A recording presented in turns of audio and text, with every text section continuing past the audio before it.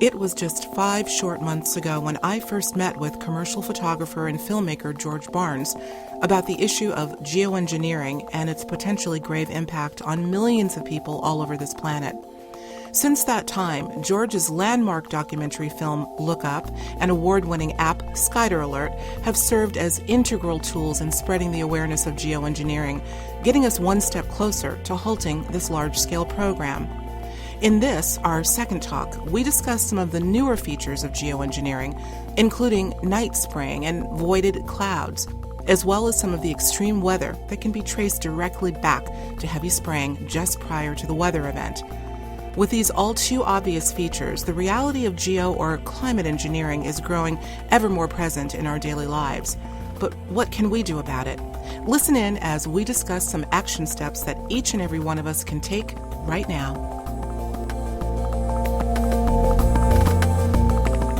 George, it's great to have you back on Conscious Inquiry Radio. We met back in February in Los Angeles. I can't believe it's been, 5 months now? Time flies. It sure does. At the Conscious Life Expo, lots of activity going on there, and kudos to you while there.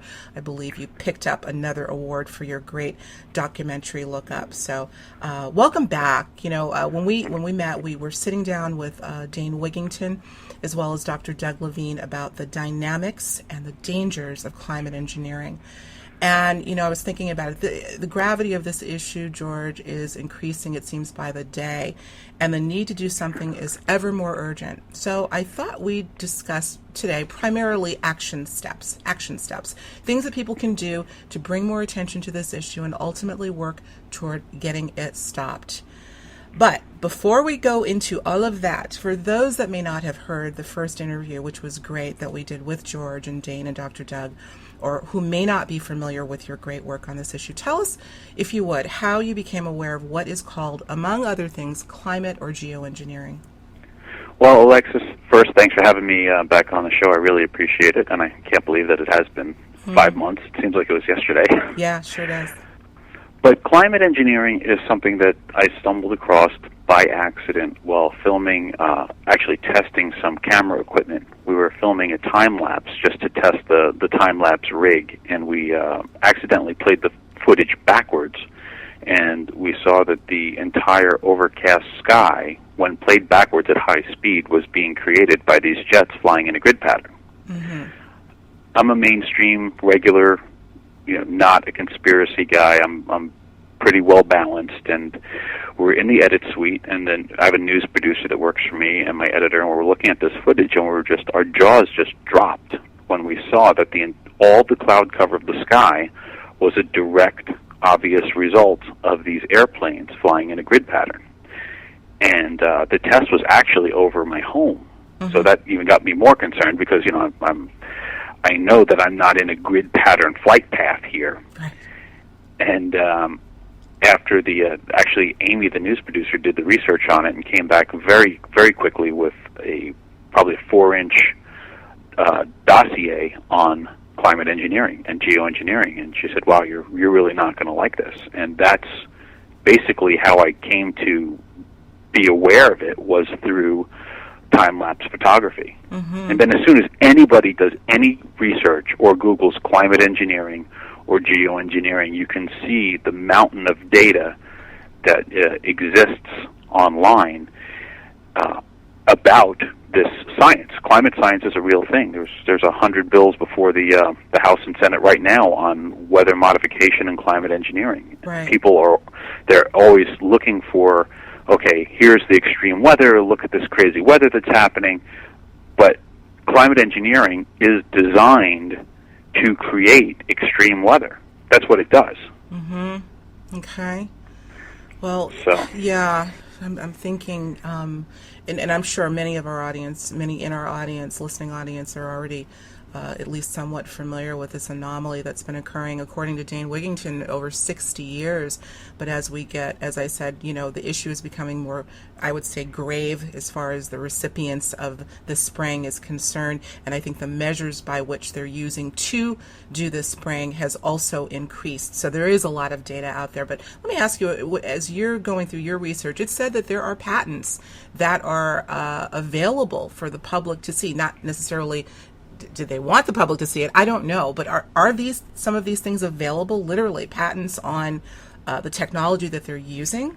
That you know? There's a tremendous number of patents. Hughes Aircraft has a patent on it. Wells box seating for reduction of global warming is another patent. I mean, they're available. There's a lot of information. It's not. I don't believe it's quite a big secret, but I do think it's not in anyone's interest to actually broadcast that these programs are taking place, or that they even exist, or that the science even exists. But with just a little bit of research, you can see, like on the NOAA website, if you search geoengineering on the NOAA website, you'll see the unregulated science of geoengineering and climate engineering is right. They have a whole discussion document front page. Isn't that something? These documents are there. They're not designed to be hidden. There's bills before Congress. If you watch the film, look up, you'll see we've got, I don't know, probably 100 documents excerpt and featured in the movie. It's also on the SkyderAlert.com website, and I think Dane has a whole link on geoengineeringwatch.org that just brings you to all of the government documents. So, I mean, they are absolutely available, including the Air Force has a document that's called Owning the Weather in 2025. That's right. I'm familiar with that. Yeah. Okay. I find that whole thing a bit perplexing as well, George. The fact that, they say that the truth is hidden in plain sight, and I suppose those that follow that motto have been doing it to a T for a long time. And yet, I have watched some other films that address climate engineering, geoengineering issue. And in one of them, I believe it was Michael Murphy, What in the World or Who in the World is Spring, right? Yes. Where he took some footage of his time on the Hill, on Capitol Hill, kind of doing a sort of man on the street or man in Congress interviews to get the take from our legislators on the Hill as to what was going on, and they all seemed oblivious to the fact that anything like this is happening. So you've got this denial in your face and the information in your face at the same time. What gives here? Well, maybe a couple of years ago when he was making that film, I would believe that the legislators don't really know about it, but now we are getting tremendous feedback from legislators by using the SkyderAlert app. We just had a sellout meeting in Redding, California that Dane spearheaded, and it was with the EPA, and I can send you a link to that. But it was over 400 people showed up. The mainstream news covered it. Really? And it's a huge deal. And there's a 45-minute video clip. I can send you a link to that as well. Wow, please of do. The actual event. Yeah. And we had a similar one in Arizona. I want to say beginning of June. Same thing with the legislator there. We've got 2 U.S. senators replied back requesting meetings. We've had meetings with the lieutenant governor in California. So the awareness overall is what's driving the politicians and the policymakers to pay attention to respond. Yeah. To respond, and also to be aware of it, because I actually do believe, I'm not an anti-government guy, I do believe that 2 or 3 years ago, most legislators did not know of the phrase climate engineering or geoengineering. Today, I don't feel that way. Today, I believe that message has become clear, and they are all aware of it as these weather modification and climate mitigation bills come before them. That's interesting. And yet there seems to be such an inconsistency. I mean, I'm not trying to poke a hole in their authenticity or lack thereof, but again, if this is a technology that has been going on, of course, not to the extent that it is now, but in essence for 60 years, how is it that even some of them were not aware, whatever euphemism they used for it, whatever terminology they used. So anyway, I don't want to stay too much on that, but here, the good news, I'm glad... Well, no, I let me give you my thoughts on that, because I question that, and in my research I was wondering the same thing. The way I see it is that it hasn't been, because it's a solution or a proposed solution, you can put the solution in quotes, I don't think the climate engineering has been something that's been on the forefront or the top of mind of legislators, where if you say, oh, extreme weather or climate mitigation, they think, oh, sure, we should do something about the hurricanes. What could we do about hurricanes? You can prepare, you can do X, Y, and Z.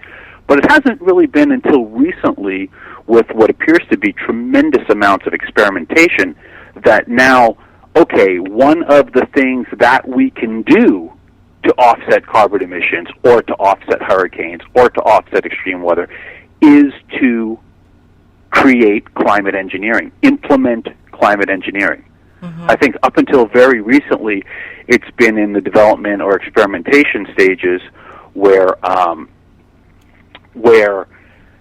it hasn't been top of mind from a phrase of climate engineering or geoengineering to the legislators. That's my personal feeling. Okay, fair enough. Fair enough. I think that's fair enough.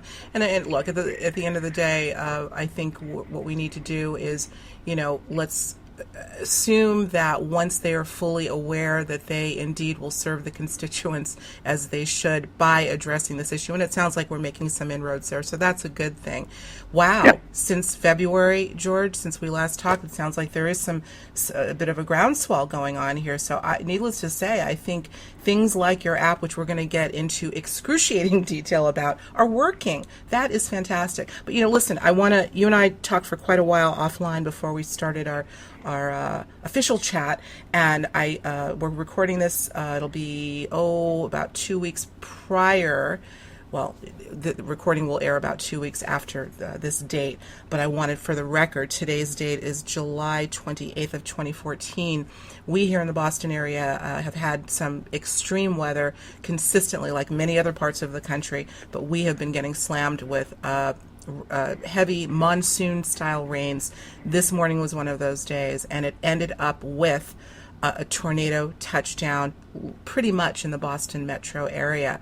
Now, you and I had a conversation. I told you about this. You quickly looked up. I want you to tell the folks what you did, and you showed me an image, a very disturbing image of data that you were getting right around this time, maybe a little prior to, that showed that there were a multitude of lines in the sky. So, a very, very aggressive spring campaign prior to this. Talk about that a little bit.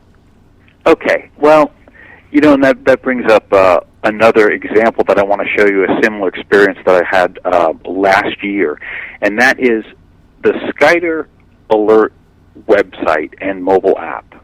Basically, first I got to explain the way it works. Please. So you can understand what I'm going to say.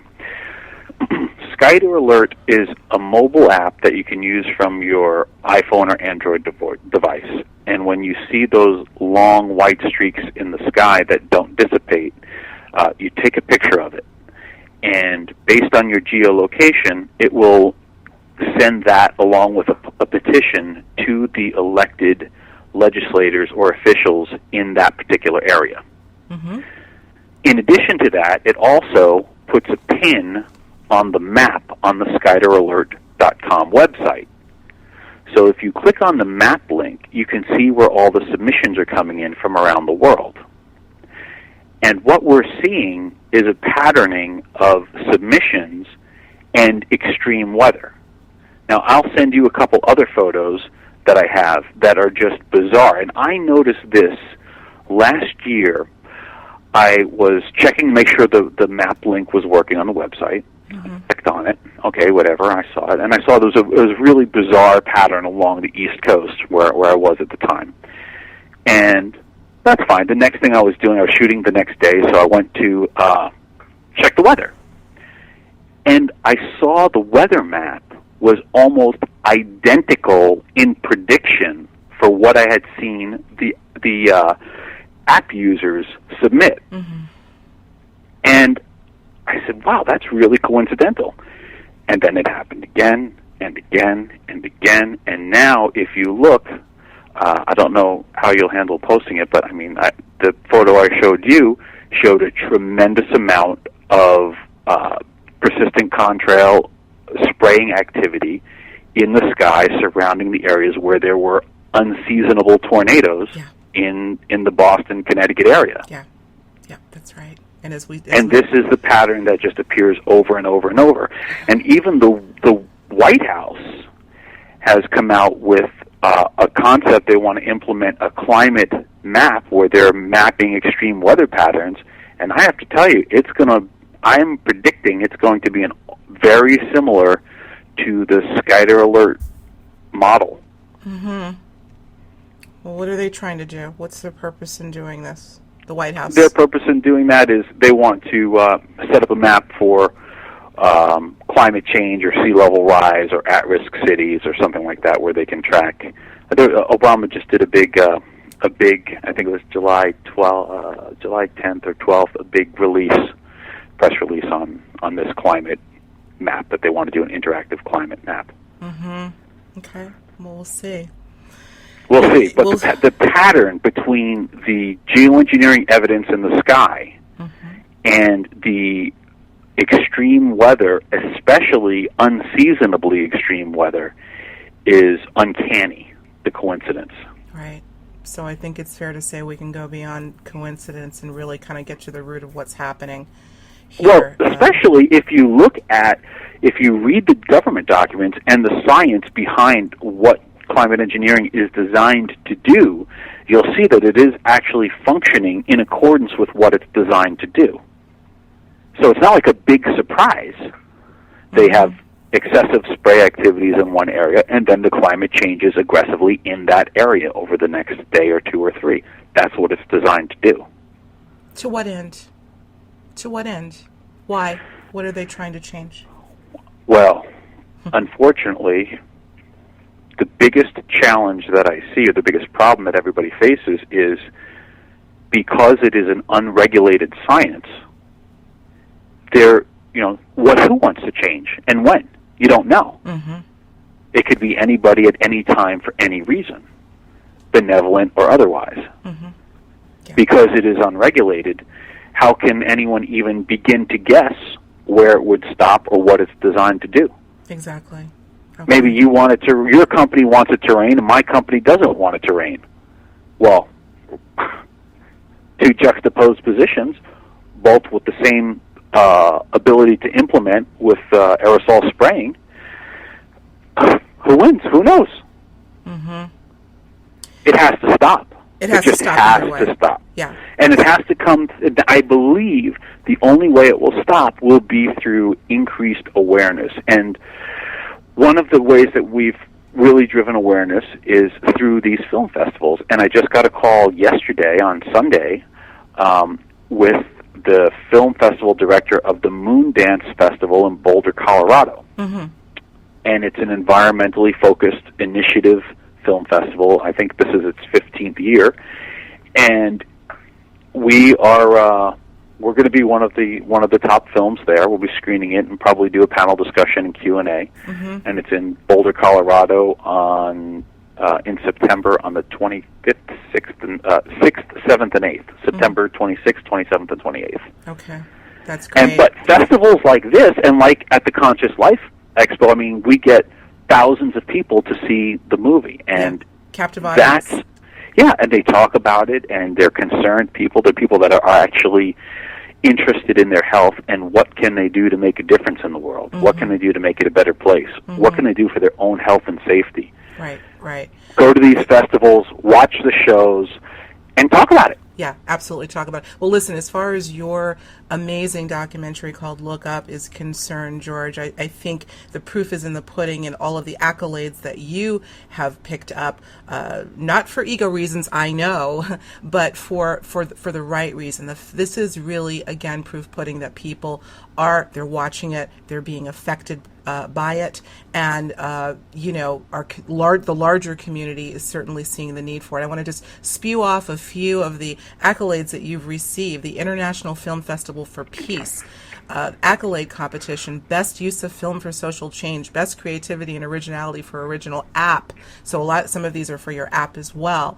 Action on Film Festival awarded Look Up best documentary short. It goes on and on. So to me, this is indicative of we're making an impact. You're making an impact. Dane is making an impact. People are starting to care. So that's the good news. There's a silver lining to this toxic cloud, pun intended. A real silver lining, a good one. Speaking of that, I know we're kind of bouncing all over the place, but boy, is this a loaded issue, and I'm sure we're going to go off on a lot of different sort of sub discussions about the bigger issue. But let me tell you what happened. As I don't know if we said this on air or not, but I was in New Jersey recently, in your neck of the woods, in Teaneck, New Jersey, and looking up, as I have made it a habit to do, and noticing a very, very ominous sky with grid patterns clearly evident. But on our way, George, we had driven down from the Boston area. We were right about at Danbury, and I saw, for the first time with my own eyes, something that you featured in your film, what I think I described to you when we met as a void, sort of a line in a cloud. Yeah. Showed come on. Come on. Come on. And I said, honey, my husband was in the car, and I said, I need you to look at this. I was actually driving, so I couldn't take a picture, but he looked at it and he said, oh my God, this is insane. And it just got increasingly worse as we got over to the New York border and into New Jersey. It seems like this stuff is happening. It's definitely more aggressive in some areas than others. So we've kind of bounced around. I kind of put a bunch of stuff in there, but let's talk about that void in the sky. What's going on with that? If let's say you were 22 and I was like 17 or 18, I could say, wow, yeah, hey, well, that's really strange, and you'd be like, yeah, okay, cool, but we're not. And I am a professional photographer. 25 years I'm doing it. I'm outside. I shoot the sky and the clouds all the time. Mm-hmm. This is new. This is a new phenomenon. I've only seen the last maybe 2 years. It's brand new. I mean, the entire atmosphere and environment and I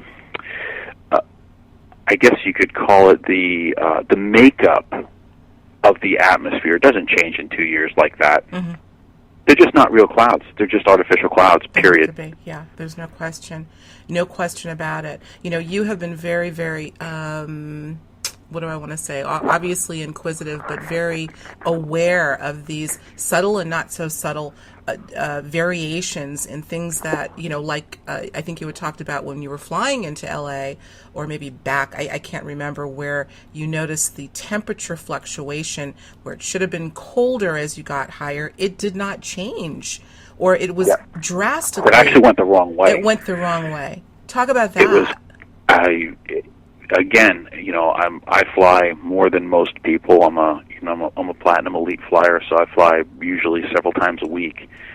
And and I watch the temperature gauge and I watch the little info screen. And over the last couple of years now, what I'm seeing is the temperature is actually increasing as the plane ascends.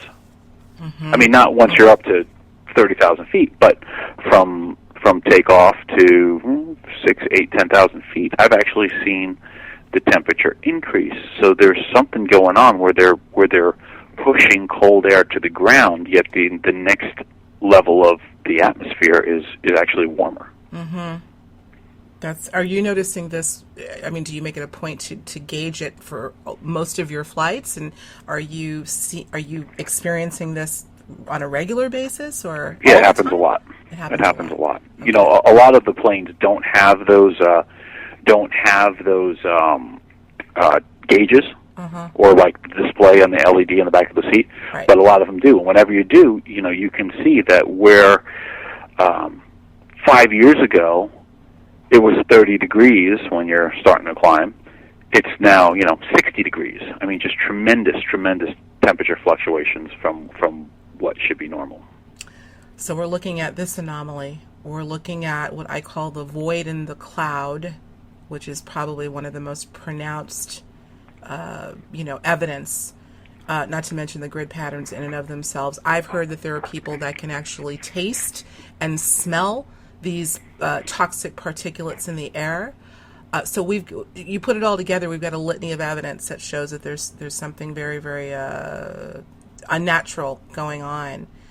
No, there's no mystery. I mean, it's in the documentation. If you really look at the government documentation, it's there. Of course it's there. But again, I'm reiterating this, George, because in my travels, as I'm talking to people, again, I'm getting still many that are saying, I've never noticed it.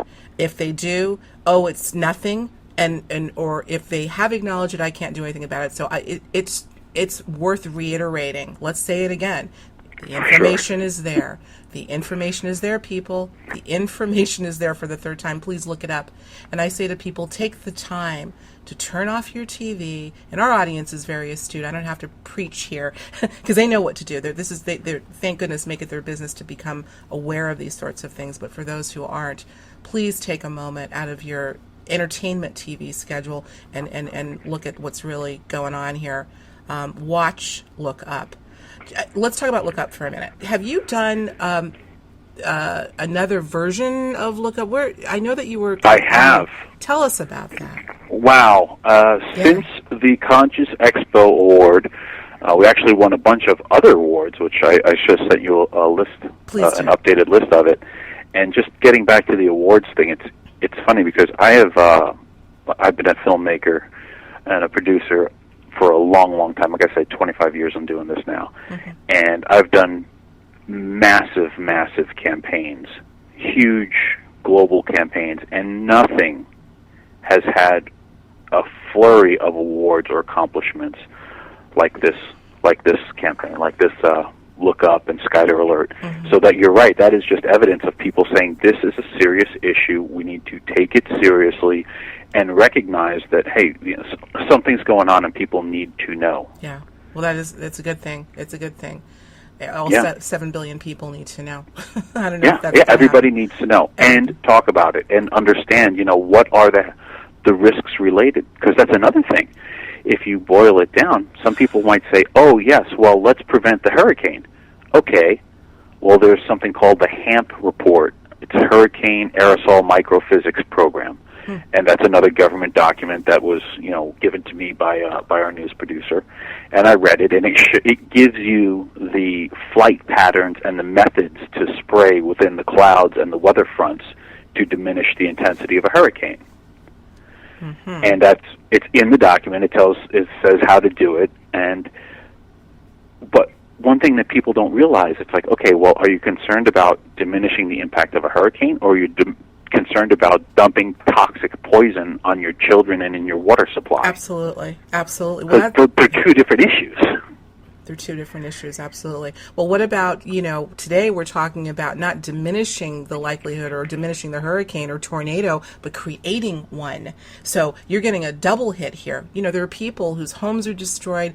Thank goodness it doesn't seem like there have been any fatalities or any serious injuries, but clearly there have been many weather events where there have been. So you're getting your life is at risk there, not to mention that may have been caused by that toxic spraying, which your life is at risk there. So, is it doing, even if they, George, were to come out full throttle and say, okay, we have been doing this and it's for the good of our planet and the good of us and we want to diminish the extreme weather, I think that it's actually doing just the opposite. It's creating the weather, not diminishing the severity. So, come on. That's what it looks like to me. That's what it looks like to me, too. So I mean, I just sent you. You have to see the emails I just sent you of the predictive effect of the submissions and the weather forecast for this tornado map and also a high intensity heat map. Yeah. When you see these two coincidences, you'll look at it and you'll be stunned. Yeah. You'll be angry. We're going to. When I saw this, I actually got angry, and I'm not the kind of guy that really gets angry. Well, that's what we were saying. Angry. Yeah, you and I were talking offline, and I don't. Anger is not a space or a place that I want to be in, and I try to avoid it at all costs. But we're human, and when you see these correlations that are in your face, and you're worried about, the threat of a tornado and your home being destroyed, and what may be behind it, how can you not be? How can you not be? Listen, I want to spend the balance of our time because this is good. This is a really good setup for those that whoever on this planet may not be aware of this critical issue. Hopefully this will give you enough of a, shall we say, teaser to look further. But I want to spend the balance of the time talking about action steps. That's what we're calling this show. we've talked about it, we've touched on it. There are these great film festivals that are going on, and people that are being inspired to do things, that are in their power to do. We've talked about the meetings that are taking place with legislators, and finally they're, putting some attention on it themselves.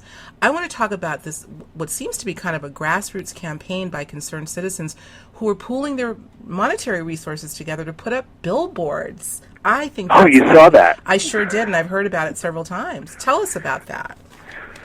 Wow. All I can say is I'm a little overwhelmed by how much positive response and support that I've gotten just from concerned citizens. It's really incredible. Mm-hmm. It is. People are just donating money.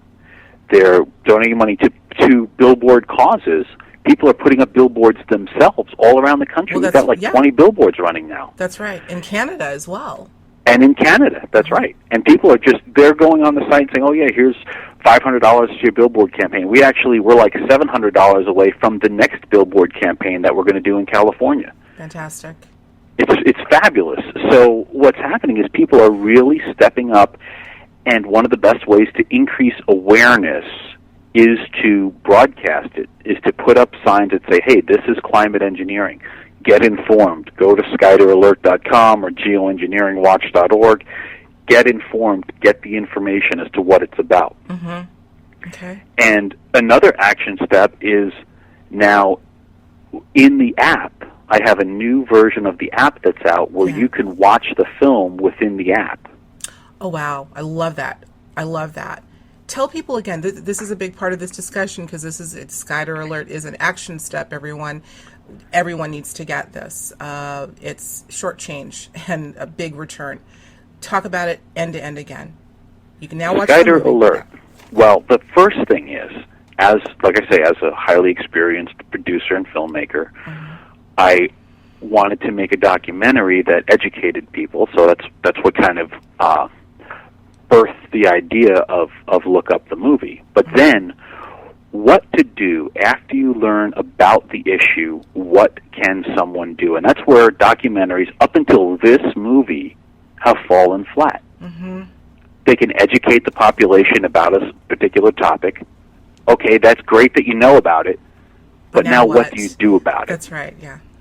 And I think that's why Look Up has won so many awards, is because judges are looking at this and saying, wow, this is a really innovative way to, A, get a message out, but B, then have the general public give them a tool to do something about it. Mm-hmm.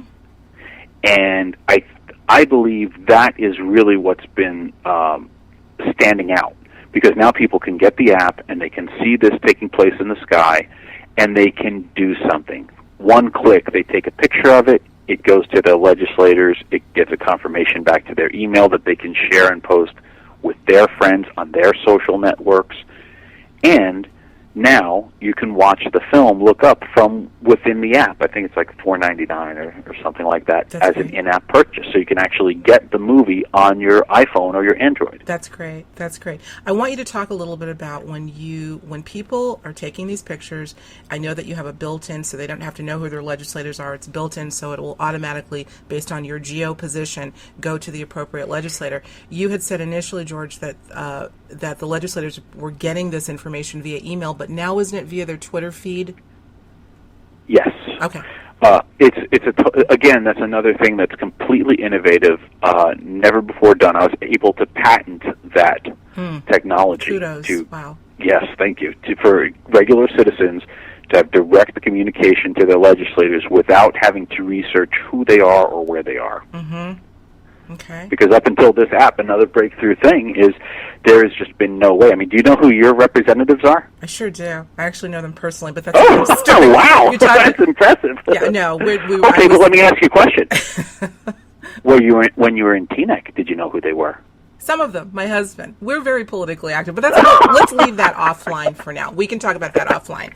I'm not the person to ask on that one. I know the governor very well, actually. So, wow. Yeah, but I know what you're saying. The average person does not.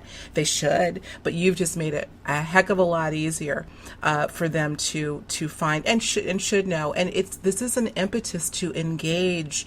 You are the constituent. They are supposedly there to serve you. Make them do that. Make them do that by starting with a very substantive discussion about a very dangerous, critical issue. But again, I wanted to talk about when they're getting let's say I am using the app and I'm seeing a sky of grid patterns or even just a couple of very distinct lines. I take the picture, I send it through the app, and it goes to the appropriate legislator. That's built in. But does it show up on the legislator's Twitter feed versus... It does. Okay. It shows That's on their what I Twitter wanted to feed. talk about. Yeah. Because I think a lot of people feel, George, that, oh, yeah, what am I going to do? They're going to get the picture. It's going to go into a black hole, and I may get a call from an aide, and nothing will happen, or I may not. But you had made a very important point that they may or may not, the legislator may or may not see their email, but they are watching their Twitter feed. So I want people to not be discouraged by that. You have made it even easier for the legislators to see. That's huge. That's right. That's a really big thing. And, the thing about the email is, in today's communication madness, a lot of legislators just don't have the capacity to check their emails. I mean, I barely have the capacity to check my own. Yeah. But I tell you, everybody looks at their Twitter feed. They sure do. They sure do. And it's also very easy for people to share and retweet. So while one legislator might get, 2 or 5 or 8 submissions from me, well, they're also getting 1 or 2 or 3 from you and 1 or 2 or 3 from the neighbor. And, those numbers are cumulative. They're mounting. Right. So part of the automatic populating of the message is ban geoengineering. Now, they're seeing this, 50 times a day. At some point, they're going to need to address it. I mean, since we've been talking, I've got, I don't know, maybe 30 tweets since we've been talking, and it's I do not consent, ban geoengineering. Yeah. That's Eventually, there's some number that they will pay attention to, and they already are starting to pay attention. So thank you to everyone for participating, because it is making a difference. But you do need to have Twitter installed on your phone for the SkyderAlert app to work. Okay. Well, for those that are loath to use Twitter, here's a good reason. Here's a substantial, substantive, not just, oh, here I am at a restaurant right now eating dinner. You can do something really good with Twitter. Social media, we can't, nothing to sneeze at. It can be used for wonderful things. So that's a great thing. Will there be another iteration of SkyderAlert, you think? What are you thinking about? Are we good where we are right now? Well, I think the app itself, the latest thing has been integrating the video content, which has also been kind of breakthrough to have video content actually built within the app. So that's an entirely new concept. I think you're going to see that coming out more and more. But we were blazing that trail. So that's been the biggest development of it. I think that's great. And the other thing, like on the social media side with Twitter, that's the only thing I use Twitter for. Is that? Sure. Well, your time is taken up with that. I just had another thought, just a little thought. I'm thinking, we're an action step segment here. Gift this app, people. Don't just get it for yourself. If you perhaps made a commitment to gift it to a couple of people. I know that in the iTunes, the Apple's App Store, iTunes Store, you now have the ability to gift any app really to somebody. So I can't think of a better way of showing someone you care by gifting them. And here's the other thing. A lot of people I think are concerned, George, with how do I even, now that I know, how do I explain it to my friend, my mom, my husband? How do I explain it to a colleague? Well, the easiest way in 2 minutes and 20 seconds in the app, watch the trailer. That's exactly you play the trailer in the app. For anybody, they're going to look at it and immediately understand the issue. That's exactly why I'm bringing it up. You're right. So really, we're on the same page. So gift someone an app and say, like Foster Gamble, I think once said, watch Thrive, and then maybe we can have a conversation. This is what he suggests people do. So, gift it to somebody, have them experience SkyderAlert, and then maybe we can chat afterward. That's kind of an approach we could take. Gift it to Exactly. 2 or 3 people. I think that's great. So we've got Bill. And there's something I wanted to bring up on the app too, and I'm glad that you mentioned that. A lot of people, when I first launched it, at that time, there was a lot of limitations from Apple with nonprofits. So we had to put it out as a paid app, and we launched it as a paid app, and it went to the top of the charts. It hit top 10 on Twitter and top 5 on iTunes. Wow. Tremendous success. And then, we got a lot of feedback saying, oh, wow, you should make the app for free for more usability and more people will get it. And we did. We launched version 2 for free, and it fell off the charts like a lead weight. Wow. Right to the bottom. User and membership went almost to 0. So we relaunched version 3 with all the upgrades and implementations that we have with the film as back to $2.99. And, we're now climbing back up the charts, so it's just important to say that Skyder is a nonprofit 501c company. So it is a not-profit. But just from a human nature standpoint, we found that the releasing of the free app, maybe people didn't take it serious or they just thought it was a game. But it is important to have some price point attached to it for people to take it serious and use it. Yeah, I think that's kind of a model that we all, my many years in marketing kind of learned, and in media, learned that, if you give something away, people won't take it seriously. It's kind of an interesting, kind of counterintuitive approach. But I think that's the way people are, because we say you get what you pay for. Well, pay for something, a tiny, change for something big. Well, let me ask you, you're so busy, George. Wow. Is this your primary focus right now, running this 501? Is it a 501c4 or C3? It's a C4, and okay. then Sky Analysis, the education component, is a C3, but SkyderAlert is a C4. So is this your full-time gig now, or are you still doing... No. My basic focus last year was to create this tool. Because that's what I'm really good at doing. And right now, it is not really, there's nothing much more for me to do. It's just about everyone else's action to use this tool and to get the message out. So it's taking less of my time than from the first day that I discovered it. Yeah, well, you were the architect. Because that is my specialty, and now I'm like, okay, now it's up to everybody else. That's right. Well, that's why we're here for you, dude. Well, thank you. We want to, and here for each other, and I want to stress that, really. Let me ask you, what have you learned about geoengineering most recently that you didn't know when you first began this project? Put you on the spot, sorry. Yeah, no, I guess what I've learned is how aggressive it is becoming, and how bigger and how frequent it's happening now. Because now I see when we're filming, we almost never have a blue horizon in our shots. Yeah, I know, that's what it's happening all the time. All the time. And that just does not cease to amaze me. Now I'm seeing it happening at night. Me too.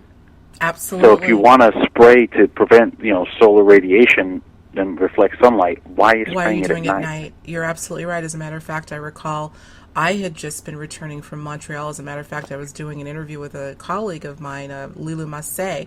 We had met up in Montreal and drove. And I remember it was a full moon, so that the sky was lit more than normal. Normal, not a full moon, waning moon. And I noticed, lines in the sky as I'm driving. We were probably coming through Vermont at the time, and I thought, my gosh, that's the first time I've seen that. What gives there? That's a very good point. What are you blocking? Are you trying to block the moon? The emissions from the moon? Exactly. So, yeah. And so that's one thing. The other thing that's bizarre is how it's affecting the snowfall. Yeah. Now, it was after we met in Los Angeles, we had a very strange, heavy snowfall in the Northeast. And we were getting reports from all over the place that the snow was blue, and also that it wasn't melting. And I thought that was really bizarre. And actually, I was in Florida at the time. I called Dr. Doug and I said, hey, I'm getting, hundreds of these emails from people that don't know each other saying that the snow's not melting. He's like, yeah, okay, whatever, I'll go outside and check it. And it changed his life. Yeah. Because he went outside, made a snowball, got a match or a lighter or whatever he had, and it just didn't melt. It was evaporating. And that is a byproduct of some of these ice nucleating components that are in the patents, that it doesn't let the snow melt, it makes it evaporate. And if you really think back, after we had that big snow, I came back to New Jersey, and there was no slush on the street. Yeah. It receded, but there was just no slush. So they're really manipulating the snowfall and the water on a large scale. I think that's what's been my latest observation. Sure. Yeah. Well, I guess we're seeing the evidence of it really virtually in every aspect of nature. Dane Wigington being such an expert, really, and I think tree life, just environmental expert in general, has a keen eye on how the bark is being literally burned off the tree, not necessarily burned off, but they're coming off the trees. No, I didn't believe it. Yeah. But I saw it. It's being burned off the tree. I saw it. It's in the newest version of the movie. I'll send you a copy. Yeah. It is bizarre. When he was saying that, I mean, I'm a pretty reasonable guy. And I said, come on, the bark's being burned off the tree. And when I saw it, my heart just sank, because it is in fact being burned off the south side of the tree from the roots to the top on all the trees, period. Mm-hmm. Terrifying. Well, we're supposed to be talking about the action steps, but I guess we've got to continue to pepper it with evidence in order to inspire people to take action steps. This is nothing to play around with, people. Let's all do something. What else can we do? I'm thinking, let's brainstorm together. We've got the SkyderAlert, that's huge. Gift it to other people.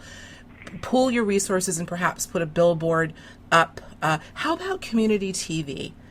Okay, so maybe the mainstream is not so anxious to cover this in earnest, but we do have other channels, if you will, literally.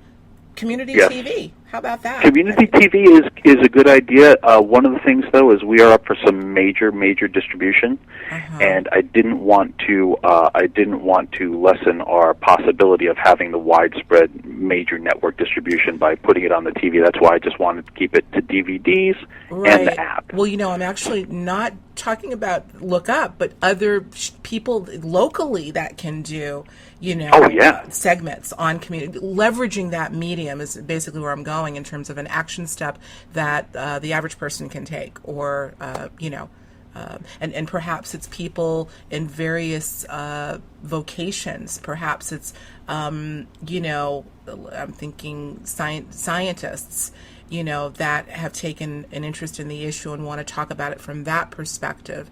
Perhaps it's, artists even that are depicting what they're seeing in their artwork and talking about it from that perspective. Absolutely. Why can't we leverage that? Absolutely, and even talking to the local news media when you see this super aggressive aerial activity. I mean, sometimes it's just insane what's happening. Just look up and pay attention to it and call the news. Is it going to happen if one person calls them? No. Is it going to happen if 50,000 people call them? Yeah, they're going to cover it. Yeah. Wow. All right. And I'll send you the link to the coverage. For example, in Reading 3 weeks ago at that last sellout session that they had with the EPA, you'll see the news covered it because hundreds of people called them and said, "Look, you've got to cover this," and they did. They did. Oh, thank goodness. Well, that's what we need. We need a groundswell, and it sounds like we're moving in the right direction, George. I'm happy to hear this update. This is something was telling me it's time to talk to George again. I got to get an update here, and lo and behold, I'm going to have a link to the initial in-person, on-location interview that we did out in Los Angeles, so we can kind of see where we picked up and juxtapose, the activity that's happened, both the critical kind of grave activity in the spraying, but also the the rally, if you will, of the people and how it's starting to shake things up. Speaking of rally, wasn't there a rally in New Jersey that you were involved in? I think there were two women that have been doing amazing work. I can't think of their names. Oh, yeah. Elizabeth and the other girl there. Yeah, we went to that. Tell us a couple what hundred that was people like. showed up. We sold a couple hundred films there. It was fantastic. It was a live webcast. It was great. Hundreds of people showed up. I mean, I guess our total reach on that is probably in excess of 2,500 people. That's great. So that's the other thing that people can do is they can, in their town, and I'll put this out to anybody that wants to do it, you go to your community theater and ask them to put on a screening. And I'm happy to send you the movie for free. You can show it and invite people in your community to come to watch the film. And that's what these girls did in, I think they were in Brick, New Jersey, or Princeton, and they got a community center. It was a full donation, and they let us run the movie, and they reached out to all their friends and relatives, and that's how they could talk to 200 people, say, hey, this is what it's about, and people showed up. So the next time somebody that is contemplating this craziness says, but what are you going to do? I hope we have shed a little bit of light on exactly what can be done. That's what it takes. Now, look, not everyone I know we all lead busy lives, and we all have other things on our schedule, but you know what? Is this not important enough to put a little bit of time and a little bit of elbow grease? We're talking about saving the planet and saving ourselves. Please, everyone, do it. George, I want to thank you. As always, it's always a pleasure to talk to you, my friend. And we're going to stay in touch. I hope we get to see each other in the not too distant future. But absolutely. Well, thank you, Alexis. Yeah, I'm glad that I started to say the pleasure is mine. It's always a pleasure to talk to you, but I hasten to use the word pleasure with something like this, but I am honored to be able to use this as a conduit to give the people this great information that you have provided, important information. So again, thank you, and I will see you soon. Excellent. Thank you, Alexis, and thanks to everybody else for participating and just doing the best they can to get the word out, and just look up. Look up. Fabulous. Take care, everyone. Thank you. As George so simply stated, something's going on and people need to know. With the methods mentioned in this discussion, we hope that you will feel inspired to spread awareness of this all-important issue, whether it be to your neighbor, coworker, or legislator. Let's work together to begin the process of putting a stop to this insidious assault to both the planet and to ourselves. I encourage you to visit SkyderAlert.com for more information about how you can play an active role in this all-important issue. As always, I thank you for listening to Conscious Inquiry, a special presentation of Conscious Life News.